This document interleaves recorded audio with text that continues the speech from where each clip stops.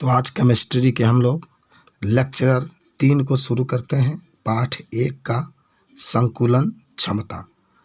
तो हम लोग बता सकते हैं कि क्रिस्टल जालक में अवयवी कण क्रिस्टल जालक के कुल आयतन का जितना भाग घेरता है उसे क्रिस्टल जालक का संकुलन क्षमता कहते हैं। यानी पूरा आयतन में जितना भाग घेरा रहेगा अवयवी कण, उसी को हम लोग संकुलन क्षमता कहते हैं। हालांकि संकुलन क्षमता का सूत्र होता है अवयवी कणों का आयतन गुणे 100 बटा में क्रिस्टल जालक का कुल आयतन। अगर हम लोग चाहें तो इसको सूत्र में लिख सकते हैं जेड, इसको जेड कहते हैं प्रभावी कणों की संख्या, गुणे भी आयतन है गुणे 100% बटा में आपका ए क्यू का मतलब घन का आयतन भुजा क्यू होता है। अब हम लोग चलेंगे बारी बारी से संकुलन क्षमता निकालने के लिए। तो सबसे पहले हम लोग संकुलन क्षमता निकालेंगे आद्य एकक कोष्टिका का संकुलन क्षमता ज्ञात करना, जिसको SCC भी कहते हैं। तो सबसे पहले हम लोग जो आद्य एकक कोष्टिका है, मान लीजिए यह एक फलक है और आप जानते होंगे कि आद्य एकक कोष्टिका में केवल कोने पर ही एक ये कोना है, एक ये कोना है, केवल कोना पर ही कण पाए जाते हैं। तो दोनों कोना पर 2 कण है। सबसे पहले कोई भी हम लोग अगर मान संकुलन क्षमता निकालना होता है तो हम लोग ए में और आर में संबंध लेते हैं। पूरा का मान जो है ए मान लेते हैं, इसकी 2 त्रिज्या होती है, इसको भी आर इसको भी आर। तो ए और आर में जब हम लोग संबंध निकालेंगे तो ए बराबर 2r यानी ए बराबर 2r आ जाएगा ए और आर में संबंध। उसके बाद से संकुलन क्षमता का जो सूत्र होता है प्रभावी कणों की संख्या गुणे एक कण का आयतन गुणे 100 बटा में क्रिस्टल जालक का कुल आयतन। हम जानते हैं कि आद्य एकक कोष्टिका में जो प्रभावी कणों की संख्या होता है 1 होता है गुणे एक कण का आयतन होता है 4/3 पाई आर क्यू गुणे 100 बटा में ए क्यू है क्रिस्टल जालक जो होते हैं घन के रूप में होते हैं, ये घन का आयतन। उसके बाद से आप देखिए एक को छोड़ सकते हैं, 4/3 रखेंगे, पाई वैसे ही रखेंगे, आर क्यू वैसे ही रखेंगे, 100 वैसे ही रखेंगे। जहाँ ए है एक जगह पर यहाँ पर आपने 2r लाया है तो एक जगह पर 2r रखेंगे, 3 है तो 3 बार 2r गुणे 2r गुणे 2r। उसके बाद से जब आप इसको काटेंगे तो 3r से आर क्यू कैंसिल, ये 2 और ये 2 4 हो जाएगा, 4 से 4 कैंसिल। फिर आप इस 2 से 100 को 50 बार में काटेंगे तो पाई का मान रख देंगे, 50 पाई वैसे ही रखेंगे बटा में 3। उसके बाद से 50 गुणे पाई का मान 22/7 होता है, लेकिन 7 है नीचे 3 है, गुणा करेंगे 21 हो जाएगा। उसके बाद से ऊपर गुणा करेंगे तो 1100/21 और 1100 में 21 से भाग देंगे तो 52.4% आ जाएगा। तो इस तरीके से हम लोग आद्य एकक कोष्टिका का संकुलन क्षमता 52.4% ज्ञात कर सकते हैं। तो इस तरीके से आद्य एकक कोष्टिका का संकुलन क्षमता आ जाएगा आपका। उसके बाद से नेक्स्ट हम लोग चलते हैं दूसरा नंबर। अब हम लोग निकालेंगे संकुलन क्षमता जिसका नाम होगा फलक केंद्रीय एकक कोष्टिका का संकुलन क्षमता, जिसको हम लोग FCC कहते हैं। तो देखिए फलक केंद्रीय एकक कोष्टिका में यह एक एकक कोष्टिका है जिसके 8 कोनों पर एक एक कण होते हैं और इसके फलक पर भी सभी कण उपस्थित होते हैं। सभी 6 फलकें होती हैं, 6 फलकों पर एक एक कण उपस्थित होते हैं। तो आप देख रहे हैं यहाँ से अगर एक संरचना खींचते हैं तो ये आपका एक भुजा हो जाएगा और इस पर आपके 3 कण दोनों कोने पर एक एक कण उपस्थित हैं और एक बीच में फलक पर। अगर इसकी त्रिज्या r मानते हैं तो r, इसका भी r, इसका भी r, इसका भी r। तो a और r में जब संबंध निकालेंगे तो देखिए आप सबसे पहले यहाँ पर a और r में संबंध निकालेंगे तो AB का स्क्वायर, आप देख रहे हैं a यहाँ पर है, b यहाँ पर है, बराबर BC का स्क्वायर, ये BC आपका है, प्लस AC का स्क्वायर, BC का स्क्वायर। तो इस तरीके से AB का स्क्वायर बराबर AC का स्क्वायर प्लस BC का स्क्वायर, ये पाइथागोरस प्रमेय से लिया गया है। कर्ण का वर्ग बराबर लंब का वर्ग प्लस आधार का वर्ग। आप BC को AB को देखिए पूरा यहाँ से लेकर के यहाँ तक AB है और 4r आपने लिखा है, तो AB की जगह पर 4r का स्क्वायर और AC का तो ये होता ही है क्योंकि भुजा है ना, घन का भुजा का मान a होता है तो a का स्क्वायर जो BC है इसका भी A का स्क्वायर, और यहाँ पर जब वर्ग करेंगे तो 16R स्क्वायर, A स्क्वायर जब आप जोड़ेंगे तो ये 2A स्क्वायर हो जाएगा। 2 से आप 2 से 16 को काटेंगे तो 8 बार में, और ये 8R स्क्वायर हो जाएगा। A बराबर 8 है तो आप जानते होंगे 3 2 होगा, लेकिन 1 2 बाहर निकल जाएगा, तो 2 करने में 2R स्क्वायर, तो R बाहर निकल जाएगा। तो इस तरीके से A और R में संबंध निकल गया। फिर आप जानते होंगे संकुलन क्षमता निकालने के लिए वही सूत्र होता है, प्रभावी कणों की संख्या गुणे एक कण का आयतन गुणे 100 बटा में क्रिस्टल जालक का आयतन।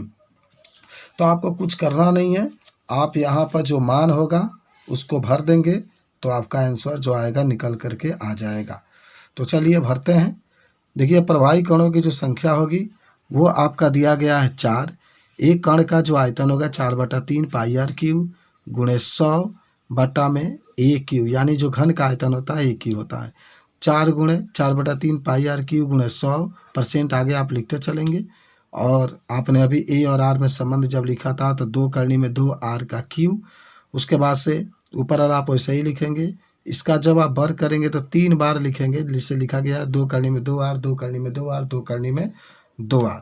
उसके बाद से काटेंगे। देखिए ये 3R से ये R पर Q कट जाएगा।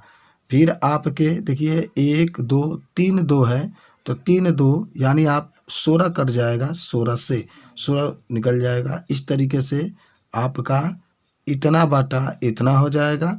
फिर आप जब भाग देंगे काट कूट करेंगे तो 74% आपका फलक केंद्रीय एका कोष्ठिका का संकुलन क्षमता आएगा। सबसे अधिक इसी का आता है, क्योंकि सबसे अधिक जो कण होते हैं इसी में पाए जाते हैं। एका कोष्ठिका का सबसे अधिक आयतन यही घेरते हैं हम लोग। उसके बाद से अब नेक्स्ट पर हम लोग चलते हैं। तो तीसरा जो आपका संकुलन क्षमता निकालना होता है उसका नाम होता है अंतः केंद्रीय एका कोष्ठिका का संकुलन क्षमता। हम लोग पहले जानते होंगे कि अंतः केंद्रीय एका कोष्ठिका किसे कहते हैं, तो जिसके सभी कोनों पर एक एक कण पाए जाते हैं और एक केंद्र पर पाया जाता है, तो उसी को हम लोग कहते हैं अंतः केंद्रीय एका कोष्ठिका। तो आप इसको इसमें भी सबसे पहले ए और आर में संबंध निकालेंगे। तो आप देखिए यहाँ पर जब ए और आर में संबंध निकालेंगे तो पहले ए बी का मान जो आएगा 3A स्क्वायर आ जाएगा। ए बी का मान 3A स्क्वायर आएगा। उसके बाद से जब ए बी का मान 3A स्क्वायर आ जाएगा तो फिर इसके आगे हम लोग चलेंगे और फिर यहाँ पर आप जानते होंगे ए बी की जगह पर 4R रखेंगे तो 4R का स्क्वायर बराबर 3A स्क्वायर, और फिर यहाँ 3 आपके बटा में आ जाएगा। यहाँ से स्क्वायर जब हटाएंगे तो करनी के अंदर चला जाएगा। 16 है तो 4 निकल जाएगा, R स्क्वायर है तो R निकल जाएगा, 3 है तो निकलेगा नहीं तो करनी के अंदर ही रहेगा। तो ए और आर में संबंध आ गया 4R बटा करनी में 3। उसके बाद से जो सूत्र होता है संकुलन क्षमता बराबर प्रभावी कणों की संख्या गुणे एक कण का आयतन गुणे 100% में बटा में ए क्यू। उसके बाद से मान रखेंगे तो 2 गुणे एक कण का आयतन 4/3 पाई आर क्यू गुणे 100 बटा में 4/3, 4 बटा करने में 3 गुणे आर। हालांकि ए क्यू की जगह पर ए और आर में जो संबंध यहाँ पर आया है उसका मान हम लोग रखेंगे, और रख करके जब आप इसको हल करेंगे तो लगभग इसका जो निकल करके आएगा वह आपका 68% निकल करके आ जाएगा। तो इसका जो संकुलन क्षमता होगा लगभग 68% निकल करके आ जाएगा। तो इस तरीके से आप तीनों का संकुलन क्षमता निकाल सकते हैं। उसके बाद से जब आगे आप चलेंगे तो आगे आपका जो एक नया टॉपिक आता है ठोसों में निबिड़ संकुलन। देखिए ठोसों में निबिड़ संकुलन, पहले तो ये जानेंगे कि निबिड़ संकुलन होता क्या है। तो आप कह सकते हैं कि जब ठोस में अवयवी कण इस प्रकार व्यवस्थित हो तो उनके बीच में कम से कम दूरी, कम से कम खाली जगह बचे तो उसे हम लोग निबिड़ संकुलन कहते हैं। यानी कहने का मतलब है जैसे अगर हम लोग जो होता है जो कण होते हैं उसको अगर गोला मान लें और ऐसे सजा करके रखें तो इनके बीच में जो कम से कम जगह बचता है उसी को हम लोग कहते हैं निबिड़ संकुलन। यानी जब हम लोग कण को एक गोला मान लेंगे और उसको सजा करके रखेंगे और उनके बीच में जैसे यहाँ पर रख रहे हैं जो कम से कम खाली स्थान आएगा उसी को हम लोग कहते हैं निबिड़ संकुलन। देखिए यदि अवयवी कण को एक कठोर ठोस गोला मान लिया जाए तो हम निबिड़ संकुलन के 3 पदों में अध्ययन करेंगे। यानी अभी आपको बताया गया कि जब भी कोई गोला हो, अगर ठोस गोला को आप गोला मान लें और उसको एक निश्चित क्रम में व्यवस्थित करके रखने पर जो कम से कम खाली जगह बचता है, उसी को हम लोग निबिड़ संकुलन कहते हैं। तो निबिड़ संकुलन को हम लोग 3 भागों में अध्ययन करेंगे। एक बीमा में निबिड़ संकुलन, द्विबीमा में निबिड़ संकुलन, त्रिबीमा में निबिड़ संकुलन। एक बीमा में निबिड़ संकुलन आप बता सकते हैं, देखिए बीमा की बात होगी, एक बीमा की बात होगा, 3 बीमाएं होती है, एक्स अक्ष, वाई अक्ष और जेड अक्ष। तो देखिए एक बीमा में निबिड़ संकुलन, एक बीमा में निबिड़ संकुलन में गोलों को एक पंक्ति में इस प्रकार रखते हैं कि गोला का सभी केंद्र एक ही रेखा पर हो, तो इसे एक बीमीय निबिड़ संकुलन कहते हैं। यानी अगर गोला है, गोला को एक सीधा रेखा में रखें और सभी गोलों का जो केंद्र है वह एक ही रेखा में हो, तो इस प्रकार से जो आपको निबिड़ संकुलन प्राप्त होता है उसे एक बीमा निबिड़ संकुलन कहते हैं। तो इस तरीके से बता दिया गया कि एक बीमा निबिड़ संकुलन में गोलों को इस पंक्ति में इस प्रकार रखा जाता है कि गोले के सभी केंद्र एक ही रेखा पर हो, तो इसे एक बीमीय निबिड़ संकुलन कहते हैं। आप इसको चाहें तो चित्र के द्वारा भी समझ सकते हैं एक बीमीय निबिड़ संकुलन को। यहाँ सब गोला आपका है, देखिए एक ये सब गोला है, एक पंक्ति में रखा गया है, सबका केंद्र देखिए एक ये केंद्र है, एक ये केंद्र है, सबका केंद्र एक ही रेखा में है, इसीलिए इसको हम लोग एक बीमीय निबिड़ संकुलन कहते हैं। उसके बाद से एक बीमीय यानी एक बीमीय निबिड़ संकुलन में एक गोला अपने पास वाले 2 गोलों का स्पर्श करता है, इससे जिसे उप सहसंयोजक संख्या कहते हैं। अगर आपके ये गोला ये ले लें तो ये अपने पास वाले एक गोला को ये और एक गोला ये 2 गोले को अपने पास वाले 2 गोलों का स्पर्श करता है, इसीलिए आपसे पूछा जाता है कि एक बीमीय निबिड़ संकुलन में उप सहसंयोजन संख्या कितनी होती है, तो आप 2 कहेंगे, क्योंकि एक गोला अपने पास वाले 2 गोले का स्पर्श करता है, इसीलिए इसकी निबिड़ संकुलन 2 होता है। उसके बाद से आगे हम लोग चलते हैं और आगे जब चलेंगे तो एक और आपका बात आता है द्विबीमा में निबिड़ संकुलन। तो आपसे पूछा जाता है कि द्विबीमा में निबिड़ संकुलन से क्या समझते हैं आप, तो बता सकते हैं कि द्विबीमा में निबिड़ संकुलन में कि जब बीमा के पंक्ति को 2 गोले में रखा जाता है, यानी जब 2 पंक्तियां उस पर गोला रखा जाता है तो उसे द्विबीमा संकुलन कहते हैं। यानी जब 2 पंक्तियों में गोलों का रखा जाता है तो उसे द्विबीमा संकुलन कहते हैं। अब यहाँ पर जो द्विबीमा निबिड़ संकुलन होता है उसको हम लोग 2 भागों में बांटते हैं। एक होता है वर्गीय निबिड़ संकुलन और एक हम लोग षटकोणीय निबिड़ संकुलन। तो जो द्विबीमा निबिड़ संकुलन होता है उसको 2 भागों में बांटते हैं, एक वर्गीय निबिड़ संकुलन और एक षटकोणीय निबिड़ संकुलन। तो वर्गीय निबिड़ संकुलन में हम लोग कह सकते हैं कि यदि प्रथम पंक्ति में गोले को ऊपर द्विबीमा पंक्ति में गोले को इस प्रकार रखा जाए कि सभी गोले एक दूसरे के ऊपर हों, तो इन गोलों के केंद्र से मिलाने पर एक वर्ग बन जाता है, जिसे वर्गीय निबिड़ संकुलन कहते हैं और इसमें उप सहसंयोजन संख्या 4 होती है। तो बताया गया है कि जब एक गोला माने 2 पंक्तियों में गोलों को सजा करके रखा जाता है, तो जो अगर आप उसमें से कोई एक गोला लें तो अपने पास वाले 4 गोले को स्पर्श करता है, तो इसलिए इसकी जो उप सहसंयोजक संख्या होती है वो 4 होती है। आप एग्जाम्पल में भी देख सकते हैं। देखिए एक पंक्ति ये में गोला रखा गया है, एक पंक्ति ये रखा गया है, दोनों पंक्तियों में गोला को रखा गया। और यहाँ देखिए अगर आप ये गोला लें तो अपने देखिए कितने गोलों का स्पर्श करता है, 1 2 3 4 गोले को ये स्पर्श करता है। जब ये 4 गोलों का स्पर्श करता है और चारों गोलों के जब केंद्र को हम लोग मिलाते हैं तो यह एक वर्ग के रूप में संरचना बन जाता है, इसीलिए इसे वर्गीय द्विबीमा निबिड़ संकुलन कहते हैं और इसमें उप सहसंयोजन जो संख्या होता है 4 होता है। तो इस तरीके से द्विबीमा निबिड़ संकुलन हम लोग देखें। अब हम लोग देखेंगे त्रिबीमा निबिड़ संकुलन। तो त्रिबीमा निबिड़ संकुलन में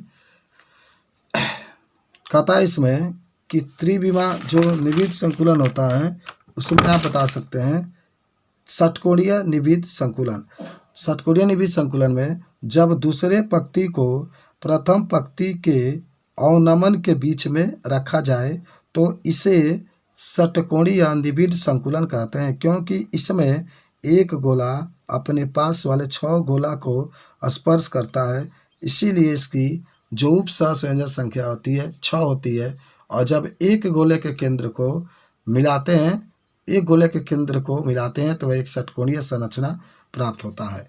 आप चित्र से भी देख सकते हैं हम लोग कि यहाँ पर एक पंक्ति ये है और एक पंक्ति ये है। देखिए अवनमन का मतलब कि दो गोलों के बीच में जो खाली ये जगह देख रहे हैं, इसी को हम लोग अवनमन कहते हैं। ये भी खाली जो जगह है इसको अवनमन कहते हैं। तो वही कहा गया है कि यदि हम लोग गोले के ऊपर जो अवनमन बचता है उसके ऊपर हम लोग गोलों को रखें, इस तरीके से देखिए अवनमन के ऊपर रखते हैं, फिर इसके अवनमन के ऊपर रखते हैं, तो हमें जो संरचना प्राप्त होती है उसी को हम लोग कहते हैं षटकोणीय निबिड संकुलन। और इस निबिड संकुलन में उप सहसंयोजक संख्या जो होता है 6 होता है, क्योंकि एक गोला अपने पास वाले 6 गोले को स्पर्श करता है। हालांकि अगर पूछा जाता है कि षटकोणीय निबिड संकुलन में जो गोलक रखने का पैटर्न होता है वह क्या होता है, तो पैटर्न हम लोग बता देंगे कि ए बी पैटर्न होता है। तो उसके बाद से आगे हम लोग चलेंगे, तो आगे जो आप देख रहे हैं तो आगे आपका आएगा त्रिविमा निबिड संकुलन। तो देखिए त्रिविमा निबिड संकुलन में हम बता सकते हैं कि त्रिविमा निबिड संकुलन में आप तीनों आपके बीमा आ जाएंगे, यानी एक्स अक्ष, वाई अक्ष और जेड अक्ष। तो इसमें क्या होता है ना, इसमें भी त्रिविमा निबिड संकुलन को भी 2 भागों में बांटते हैं, जिसमें पहला होता है द्विविमा वर्गीय से त्रिविमा निबिड संकुलन। तो देखिए जब पहले परत के ऊपर दूसरे परत को इस प्रकार रखा जाता है कि दूसरी परत का गोला पहली परत के खाली स्थान के ठीक ऊपर हो, तो इसे द्विविमा वर्गीय निबिड संकुलन कहते हैं। यानी पहले परत का मतलब होता है कि आपने पहले इस तरीके के गोले को सजा करके रखा गया था, हम लोगों ने रखा था, अब इसके ऊपर एक और गोला को ठीक इसको ऊपर रख रहे हैं, तो इससे जो हमें संरचना प्राप्त होती है उसे हम लोग कहते हैं द्विविमा से त्रिविमा, यानी त्रिविमा वर्गीय से त्रिविमा निबिड संकुलन प्राप्त होता है। हालांकि इसको जो स्थान होता है रखने का जो पैटर्न होता है ए, क्योंकि ये गोला के ऊपर ठीक दूसरा गोला होता है, इसीलिए इसको जो रखने का पैटर्न होता है वह ए होता है। उसके बाद से द्विविमा निबिड संकुलन में त्रिविमा निबिड संकुलन, तो बता सकते हैं आप यहाँ पर द्विविमा निबिड संकुलन से त्रिविमा निबिड संकुलन कि जब पहले परत के ऊपर दूसरे परत को इस प्रकार रखा जाए कि दूसरा परत पहले परत के गोले के खाली स्थानों के ठीक ऊपर आ जाए, तो इस प्रकार से जो प्राप्त होता है उसी को षटकोणीय निबिड संकुलन कहते हैं। आप इसकी संरचना भी देख सकते हैं यहाँ पर कि इसमें जो पहले आपने रखा था, जो पहला गोला रखा था उसके ऊपर ये 3-3 गोला रखा गया है, और इस तरीके से जो प्राप्त होता है उसको हम लोग कहते हैं द्विविमा निबिड संकुलन से षटकोणीय त्रिविमा निबिड संकुलन प्राप्त करना। तो इस तरीके से उसके बाद से एक बात आती है रिक्तिका। तो हम लोग रिक्तिका का अगर देखते हैं तो जो रिक्तिका होता है 2 प्रकार का होता है रिक्तिका, एक चतुष्फलकीय रिक्तिका और एक अष्टफलकीय रिक्तिका। तो चतुष्फलकीय रिक्तिका में बता सकते हैं कि 4 गोलों के मिलाने से जो रिक्त स्थान होता है उसे चतुष्फलकीय रिक्तिका कहते हैं। चतुष्फलकीय रिक्तिका का मतलब कि 3 गोले हैं, उसके ऊपर एक गोला रख दिया गया है, जैसे 3 गोला आप देख रहे हैं नीचे रखा गया है, इसके ऊपर एक गोला रख दिया गया है, तो इससे जो रिक्तिका प्राप्त होगी उसे चतुष्फलकीय रिक्तिका कहते हैं। उसके बाद से एक होता है नेक्स्ट जो रिक्तिका होता है अष्टफलकीय रिक्तिका होता है। इसको हम लोग बता सकते हैं कि जब 3 गोले के ठीक ऊपर 3 गोला और रखा जाता है, तो इस प्रकार के रिक्तिका को हम लोग अष्टफलकीय रिक्तिका कहते हैं। 3 गोला आपको रखा गया है, फिर 3 गोला और रख दिया गया, तो माने अष्टफलकीय जो रिक्तिका होता है वह 6 गोले को जब रखा जाता है तब अष्टफलकीय रिक्तिका बनता है। आगे जब हम लोग चलेंगे तो आगे नेक्स्ट जो बात आती है उसका नाम होता है ठोसों में अपूर्णताएं या दोष। तो हम लोग जान सकते हैं कि जो ठोस होता है उसमें दोष होते हैं। तो देखिए ठोस कणों से मिल करके बने होते हैं, और जब कण के स्थान अव्यवस्थित हो जाते हैं तो ठोस में दोष उत्पन्न हो जाता है। यानी जो ठोस होते हैं कणों से मिलकर बने होते हैं, जो कण होते हैं वह अपने निश्चित स्थान से इधर उधर माने आगे पीछे व्यवस्थित हो जाते हैं, तो इस तरीके से कह सकते हैं कि ठोस में दोष उत्पन्न हो गया है। और ठोस में जो दोष होते हैं दो प्रकार के होते हैं, एक होता है बिंदु दोष, एक होता है रेखीय दोष।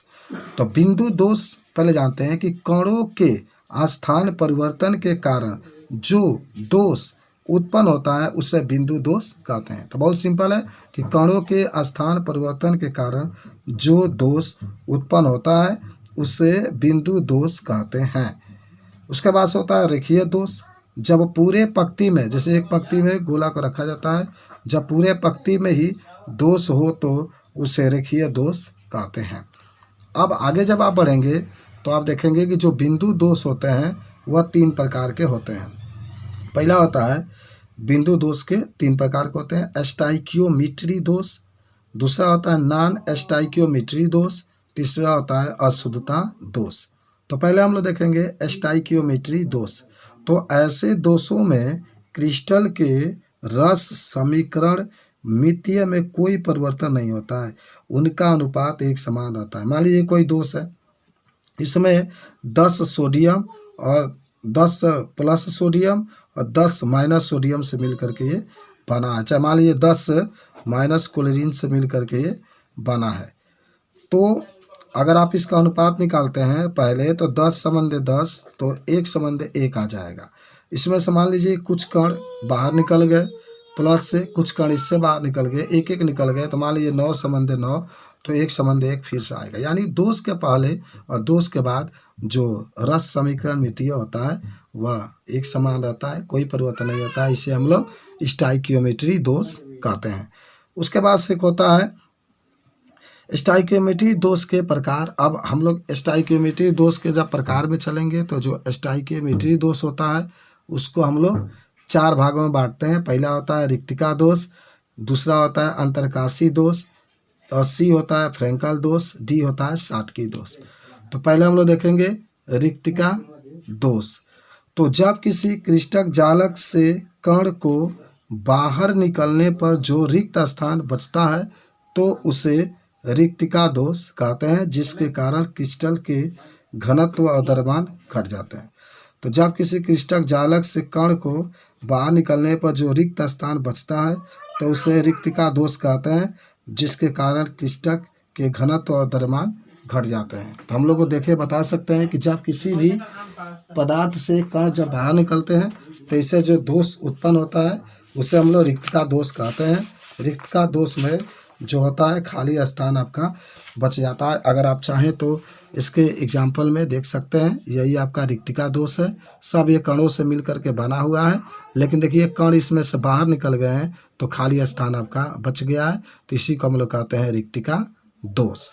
उसके बाद से रिक्तिका दोष के बाद आपका जो अगला आता है उसका नाम होता है, तो रिक्तिका दोष के बाद सेकेंड जो होता है, लेकिन इसका आयतन में कोई परिवर्तन नहीं होता है, रिक्तिका दोष के हम लोग बता सकते हैं। उसके बाद से दूसरा होता है जिसका नाम होता है अंतरकाशी दोष। जब किसी क्रिस्टल जालक में बाहर से कोई कण खाली स्थान में आ जाते हैं तो इसे अंतरकाशी दोष कहते हैं। तो जब किसी क्रिस्टल जालक में बाहर से कोई कण खाली स्थान में आ जाते हैं तो इसे अंतरकाशी दोष कहते हैं। यानी बाहर से कण आते हैं, हालांकि इसका घनत्व तो बढ़ जाता है और इसका जो आयतन होता है उसमें कोई परिवर्तन नहीं होता है। आप इसके उदाहरण में देख सकते हैं, यहाँ पर ये अंतरकाशी दोष है। देखिए पहले ये कण निश्चित क्रम में थे, लेकिन देखिए आप यहाँ से देखते हैं एक ये कण है जो बाहर से आया है और एक ये कण है। तो जब बाहर से कोई कण क्रिस्टल जालक के अंदर आ जाता है तो जो दोष उत्पन्न होता है उससे अंतरकाशी दोष कहते हैं। उसके बाद से नेक्स्ट जब आप चलेंगे तो एक होता है साटकी दोष।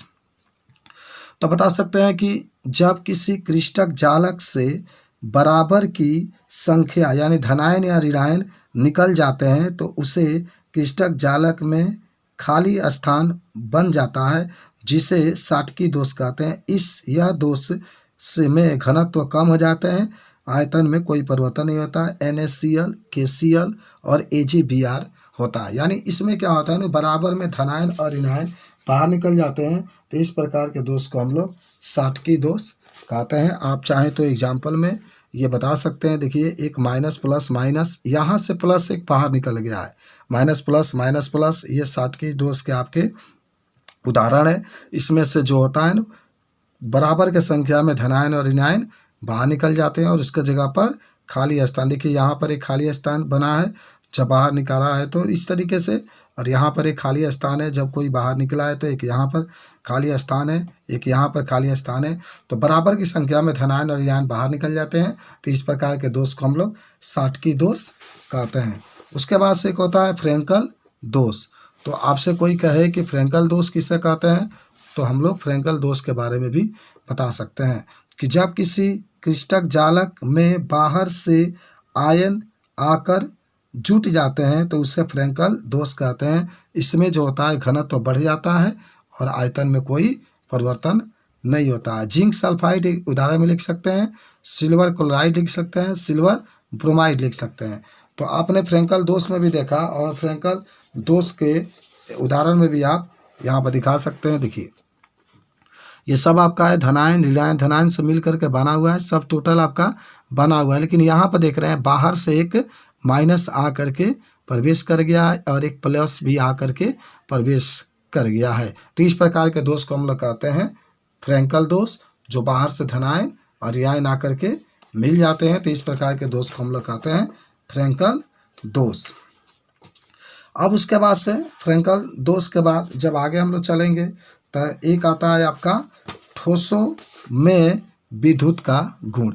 तो देखिए, विद्युत के आधार पर ठोस को हम लोग तीन भागों में बांटे हैं, एक चालक, एक अचालक और एक अर्धचालक।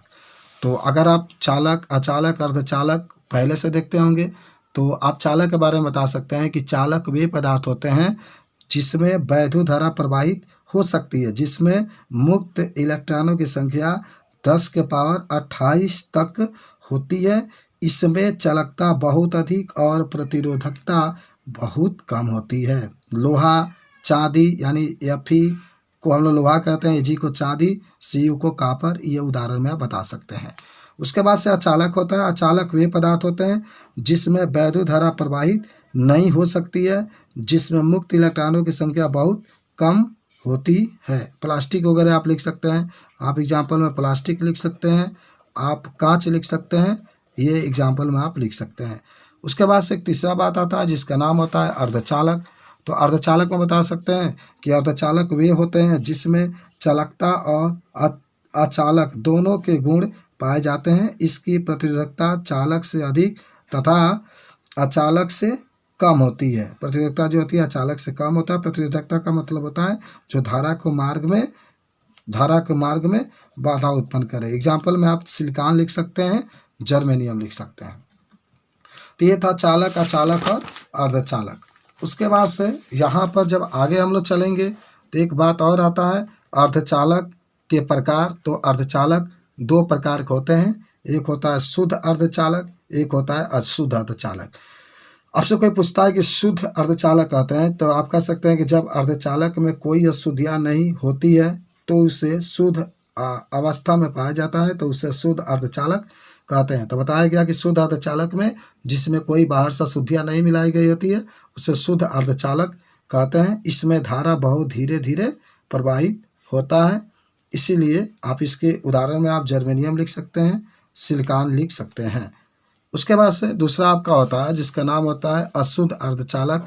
तो आप अशुद्ध अर्धचालक में भी बता सकते हैं कि जब शुद्ध अर्धचालक में 3 संयोजकता वाले या 5 संयोजकता वाले तत्व को मिला दिया जाता है तो उसे अशुद्ध अर्धचालक कहते हैं। अशुद्ध अर्धचालक की चालकता बहुत अधिक होती है, इसीलिए शुद्ध चालक की जगह पर अशुद्ध अर्धचालक का प्रयोग किया जाता है। हालांकि अशुद्ध अर्धचालक को चालकता बहुत अधिक होती है। अशुद्ध अर्धचालक 2 प्रकार के होते हैं, एक होता है P टाइप अर्धचालक, एक होता है N टाइप अर्धचालक। तो सबसे पहले हम लोग देखते हैं N टाइप अर्धचालक के बारे में। आप कह सकते हैं कि जब शुद्ध अर्धचालक में, यानी शुद्ध अर्धचालक मतलब जब जर्मेनियम और सिलिकॉन में 5 संयोजकता वाले तत्वों को मिला देते हैं तो उसे N टाइप अर्धचालक कहते हैं। इलेक्ट्रॉनों के द्वारा धारा प्रवाहित होता है। इसमें जो धारा होता है इलेक्ट्रॉनों के द्वारा प्रवाहित होता है। और जो 5 संयुक्ता वाले तत्व हैं, नाइट्रोजन हो जाएंगे, फास्फोरस हो जाएंगे, आर्सेनिक हो जाएंगे। उसके बाद से सेकेंड जो आपका आता है पी टाइप अर्धचालक। तो पी टाइप अर्धचालक में कह सकते हैं कि जब शुद्ध अर्धचालक में 3 संयुक्ता वाले तत्व को मिला देते हैं तो उसे पी टाइप अर्धचालक कहते हैं। जैसे आप बोरान लिख सकते हैं, एल्युमिनियम लिख सकते हैं, जर्मेनियम लिख सकते हैं। उसके बाद से एक होता है नॉन स्टाइकियोमेट्री दोष। अभी दोष पढ़ रहे थे स्टाइकियोमेट्री दोष के बाद एक हम लोग पढ़ रहे हैं नॉन स्टाइकियोमेट्री दोष। कह सकते हैं कि जब क्रिस्टल में उपस्थित दोष के कारण धनायनों तथा ऋणायनों की संख्या का अनुपात परिवर्तित हो जाता है तो इस प्रकार के दोष को नॉन स्टाइकियोमेट्री दोष कहते हैं। और ये दोष 2 प्रकार के होते हैं। यानी इसमें क्या होता है ना, इसमें जो अनुपात आता है बिगड़ जाता है। 1:1 का अनुपात दोष के बाद नहीं आता है, दोष के पहले रहता है, लेकिन दोष के बाद जो अनुपात होता है बिगड़ जाता है। हालांकि नॉन स्टाइकियोमेट्री दोष 2 प्रकार के होते हैं। एक होता है धातु आधिक्य दोष। आप कहेंगे कि जब सोडियम क्लोराइड के क्रिस्टल में सोडियम वाष्प को गुजारा जाता है तो सोडियम क्रिस्टल से ऊपर एकत्रित हो जाता है और फिर एकत्रित होने के बाद तो वह सोडियम के आकर्षित कर लेता है, जिसके कारण यहाँ पर क्लोरीन होगा, क्लोरीन को आकर्षित कर लेता है, जिसके कारण क्रिस्टल जालक में एक ऋणावेश कम हो जाता है और धनावेश की संख्या बढ़ जाती है, तो उसे धातु आधिक्य दोष कहते हैं।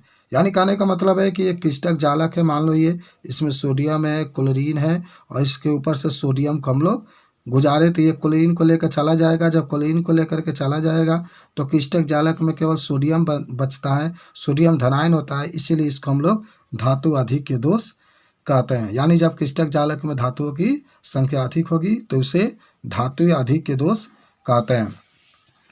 उसके बाद से एक और होता है धातु न्यूनता दोष। तो इसको भी देख लेते हैं हम लोग। धातु न्यूनता दोष में कि कुछ ऐसे दोष होते हैं, कुछ ऐसे ठोस होते हैं जिसमें कुछ धातु के धनायन लुप्त हो जाते हैं, जिससे उस ठोस में धनायन की कमी हो जाती है, जिसे धातु न्यूनता दोष कहते हैं। इसमें क्या होगा कि अगर मान लो सोडियम है, क्लोरीन है, फिर सोडियम है, क्लोरीन है, आर्सेनिक को इसके ऊपर से गुजारा जाता है तो 2 सोडियम के लेकर चला जाता है, 1 आर्सेनिक आ जाता है, क्लोरीन की संख्या बढ़ जाती है, इसीलिए इसको धातु न्यूनता दोष कहते हैं।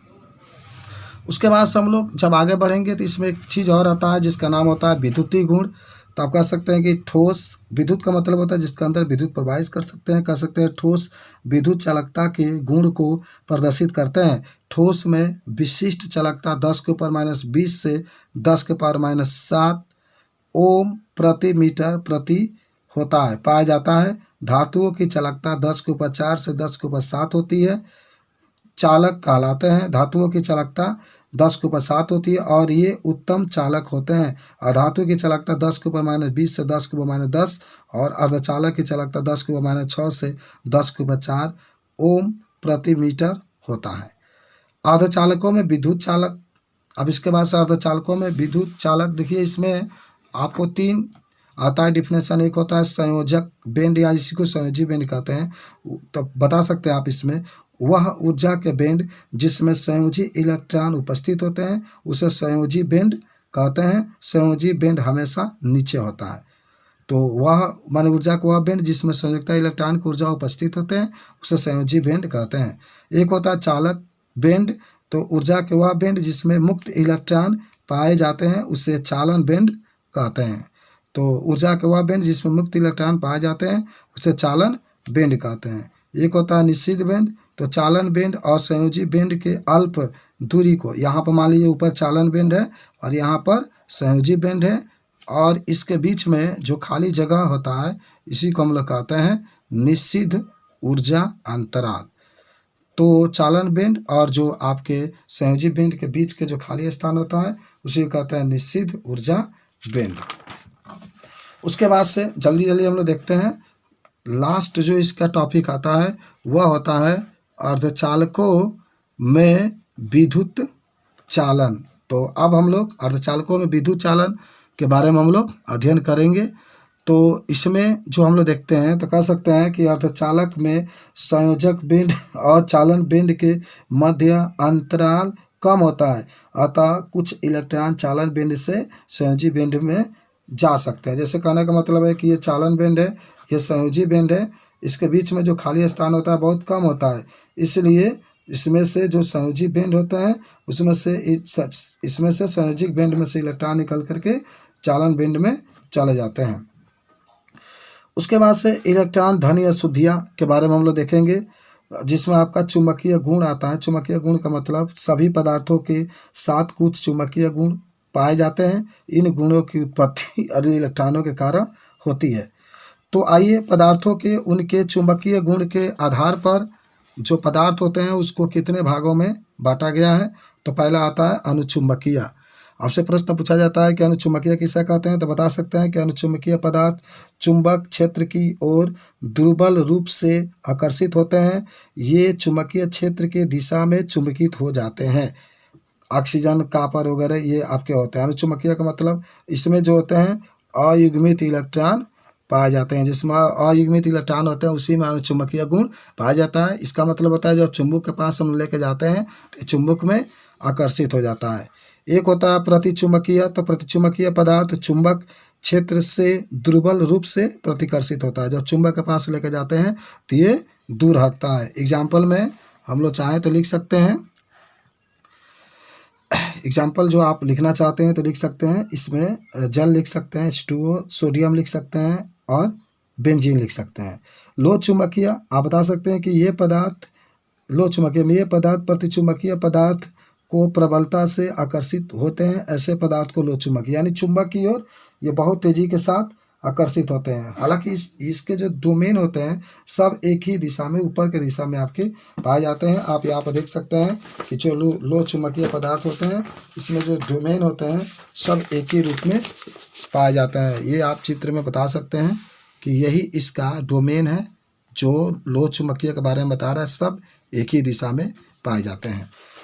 इसके एग्जाम्पल में आप देख ही रहे हैं, लोहा वगैरह, कोबाल्ट, निकिल आप लिख सकते हैं। एक होता है प्रतिलोह चुंबकीय पदार्थ। तो प्रतिलोह चुंबकीय पदार्थ प्रदर्शित करने वाला वे पदार्थ जो मैग्नीज ऑक्साइड में डोमेन संरचना लो चुंबकीय पदार्थ की संख्या के विपरीत होती है। एक ऊपर होगा डोमेन तो एक नीचे होगा, यानी प्रतिलोह चुंबकीय में जो डोमेन होते हैं एक ऊपर दिशा में जाता है तो एक नीचे, फिर एक ऊपर तो एक नीचे। और एक होता है फेरी चुंबकीय पदार्थ।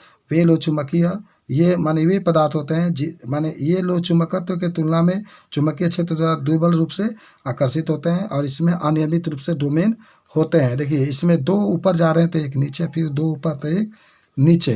तो इस तरीके से ये पाठ का थ्योरी जो होता है समाप्त होता है।